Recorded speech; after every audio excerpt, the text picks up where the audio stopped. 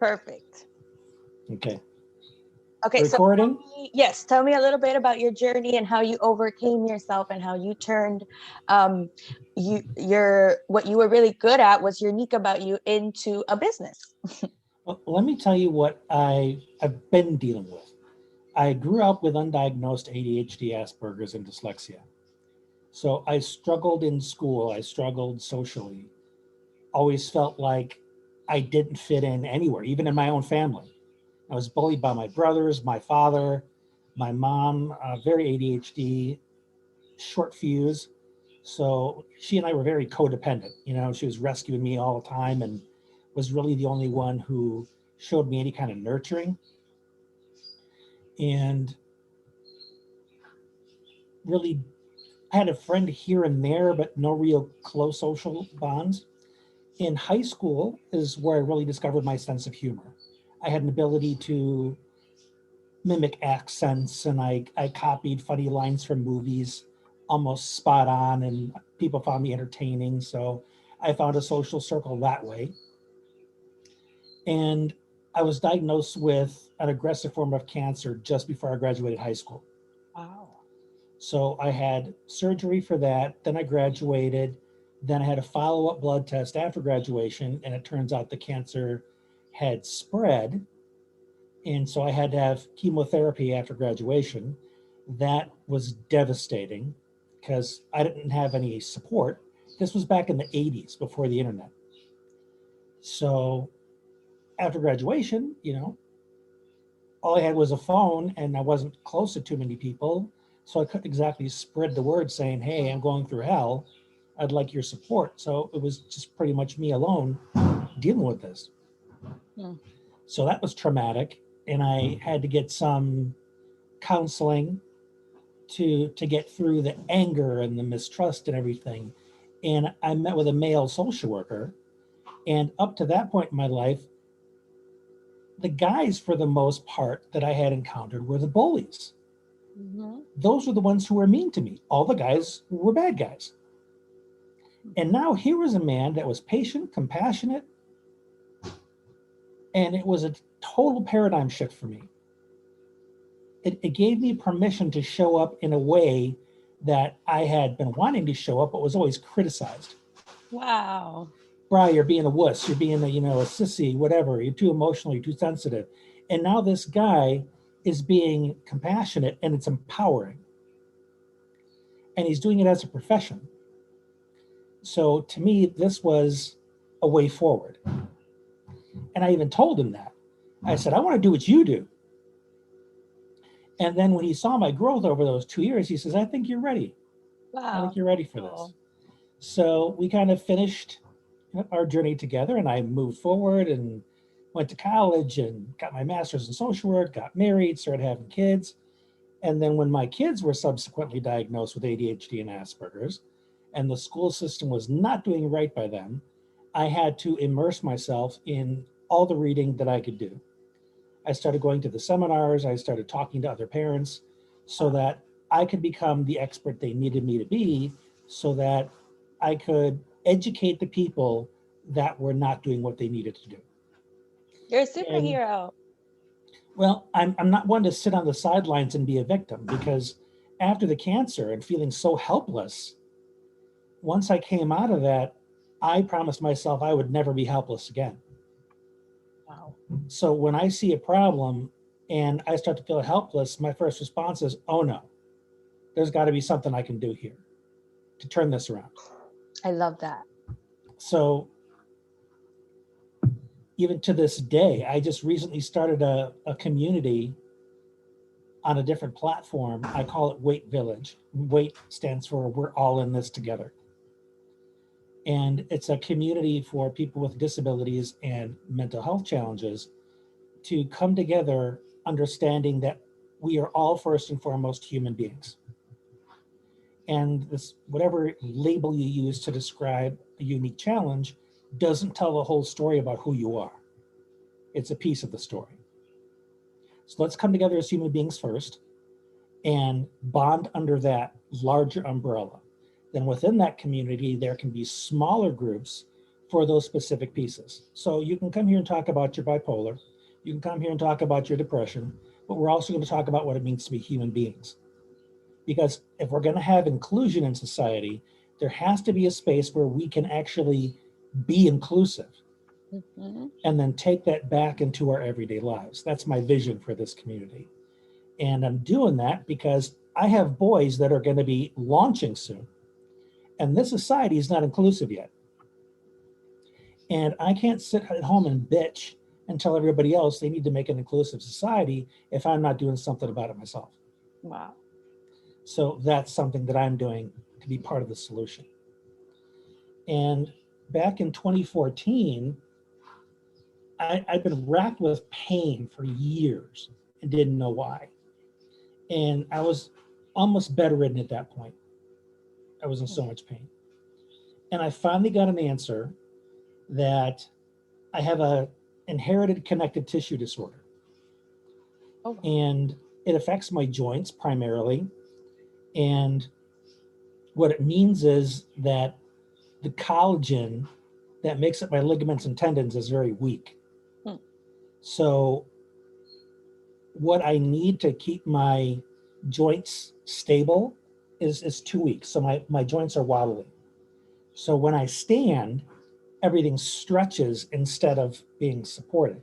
Hmm. So I kind of walk like I'm drunk because things are loose and my joints injure easily. I need to wear braces on my feet and ankles because my left foot kind of drops like this when I walk. So I sometimes trip on my own foot.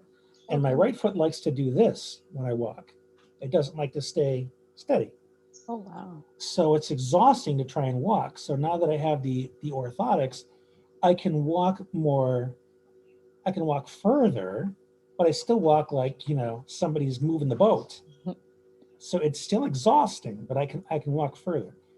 Sitting up, I'm in a recliner, but I'm leaning back because holding my body upright is exhausting Oh, wow. because my spine is very loose. And my back muscles start to spasm because they're fighting so hard to keep my spine stable. So yeah, that's how my body is. My body hurts all the time. So I have to lay down and rest as much as I can because it just gets exhausting just being up. So I can imagine. that's the Ehlers-Danlos, and my two younger boys have that. Not to the degree I do because they're younger. Right. I'm 51. I've been beating the shit out of my body my whole life. So it's caught up with me. So I have that, and I have the ADHD and all that other stuff. And I've had to be really resourceful to maintain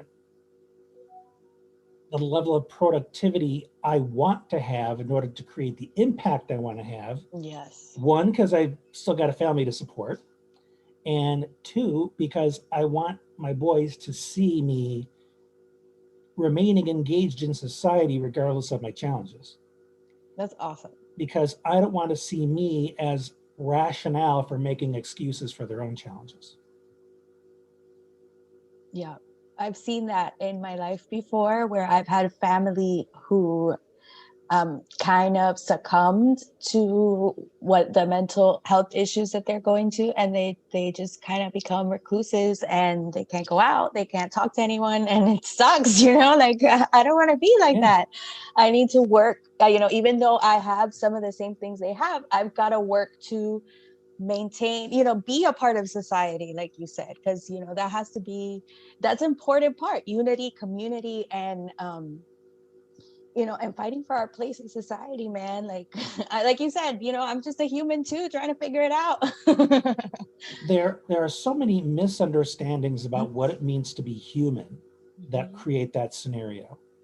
And one of the misunderstandings is pathologizing these differences that we have, saying these struggles, this list of struggles deserves its own designation. We're going to call it depression. We're going to call it ADHD. And we're going to put it under this category called disorders or syndromes or diseases or illnesses. And because you do that, you other the group of people that are there. You make them less than. You make them defective. And by doing that, you remove them from the group, the larger group. And I just want to yell, stop it. These are human beings. You can say, I'm dealing with a fellow traveler here, a fellow person who's having these struggles, kind of like we all do. I've got my struggles, they have their struggles. And can we work together to support this person in struggling less? Like when I go for help, when I'm struggling and I want to struggle less, just reminding people that this is not so different from what you or I experience. Just because we slap a label on it, Right. The more we create these distinctions and comparison, the more we create this illusion that we are so different from each other. And we need to remain mindful of the fact that we're doing this and not make the mistake of thinking that these divisions are real divisions. They're imagined. Yeah, just that makes me think of like state lines when you go into space, you don't see state Exactly. lines, you just see a country. Well, map says I should see a big line right here. So tell me more about your business and how you've been able to turn this amazing fight for your sons into a business. Well, that was completely unplanned. Okay. When all of this started happening with my sons, I was working a day job. I was working with hospice, Okay. working with people that were dying and their families and the grief process. And That's I tough. was being called to intervene on my son's behalf, my oldest boy. He was having meltdowns in the classroom. He was turning desks over. He was having anger fits. He was running out of the class. He was threatening the fellow students. And they weren't willing to support him. The teacher wanted to, but it was the administration that was fighting it. The principal and other people just thought this was a behavior issue. He needed to be medicated and told to just sit down and be a good boy. And when it didn't work, I needed to be called to calm him down. And my boss kind of was getting on my case about how disruptive this was becoming to my ability to do my job. And he was not becoming my friend. Mm-hmm. So I had the tension of the job. I had the tension of what was going on with my son. And simultaneously, I was going to this parent group. I think it was once a week. No, once a month maybe. But because I knew at that point I had the Asperger's, so I was researching my own experience and getting to know it.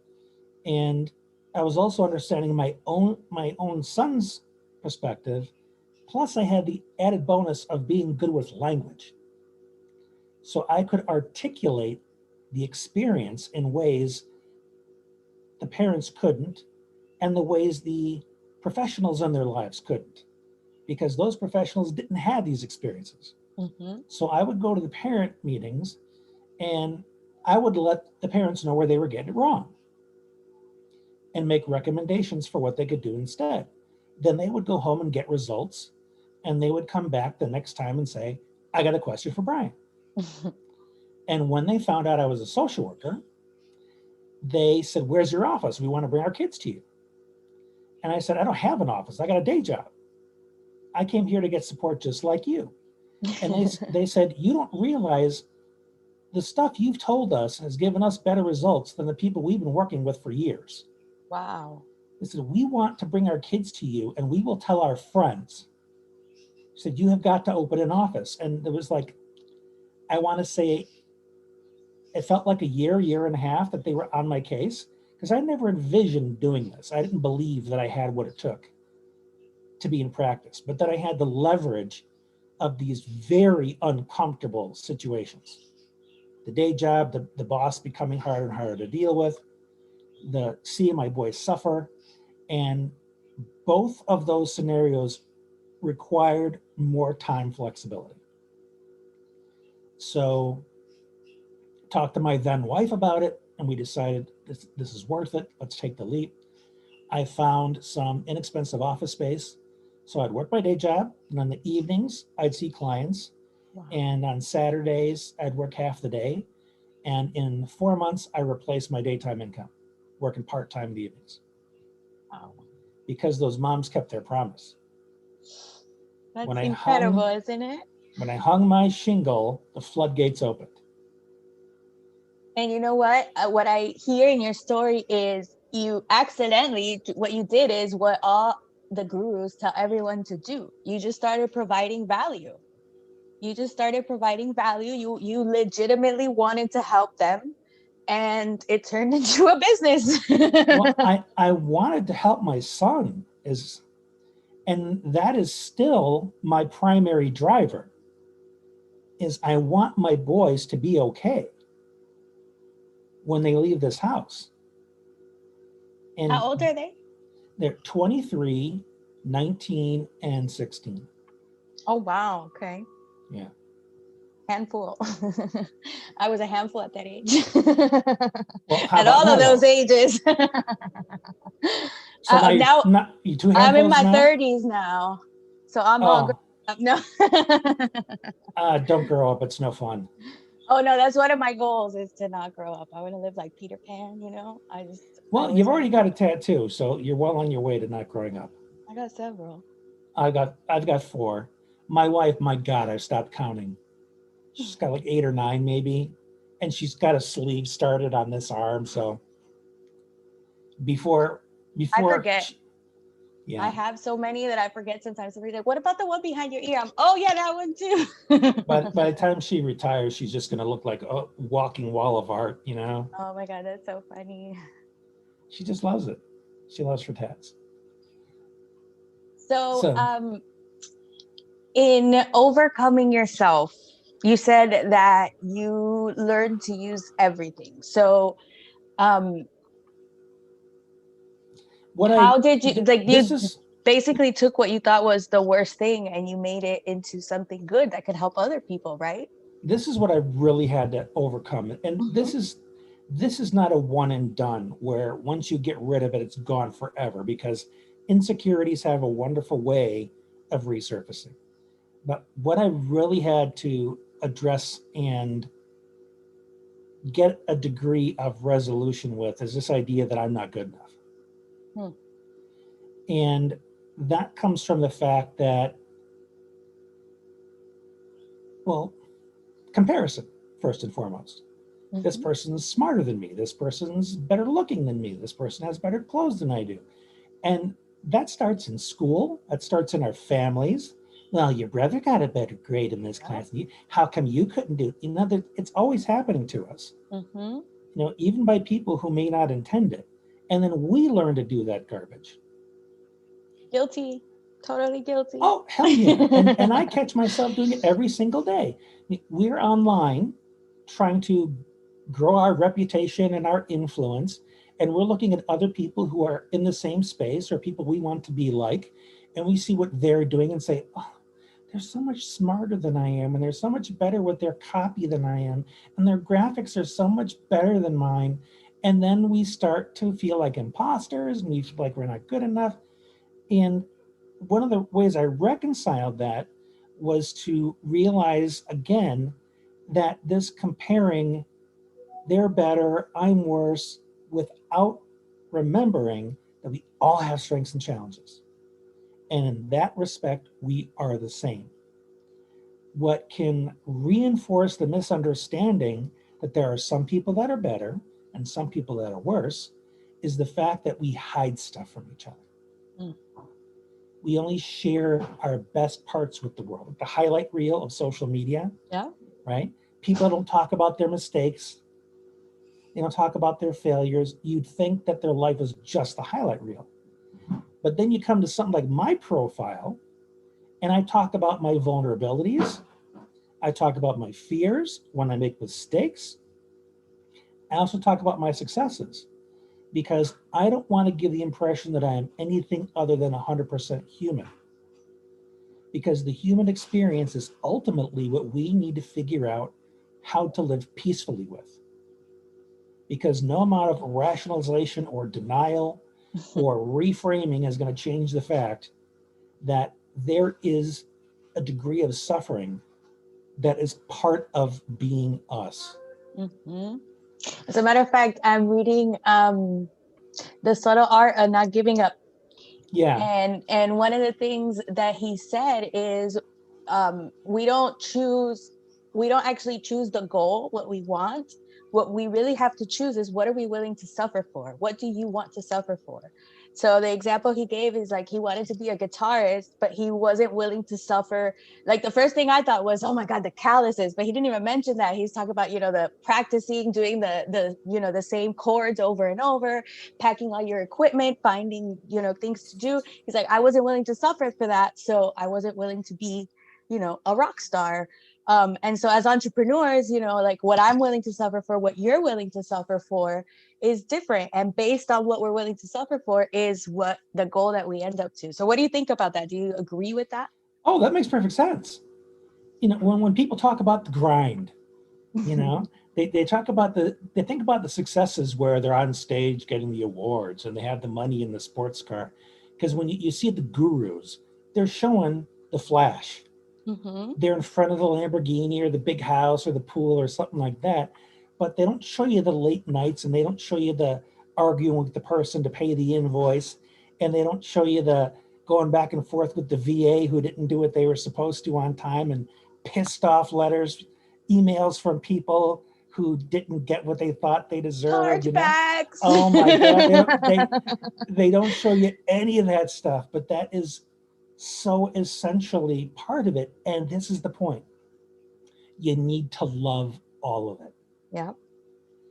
That is the key right there. Like overcoming the good enough. You got stuff about your life that hurts. You got stuff about your life that you absolutely love. And it all matters. It's all useful. It's all you. It's all part of your life.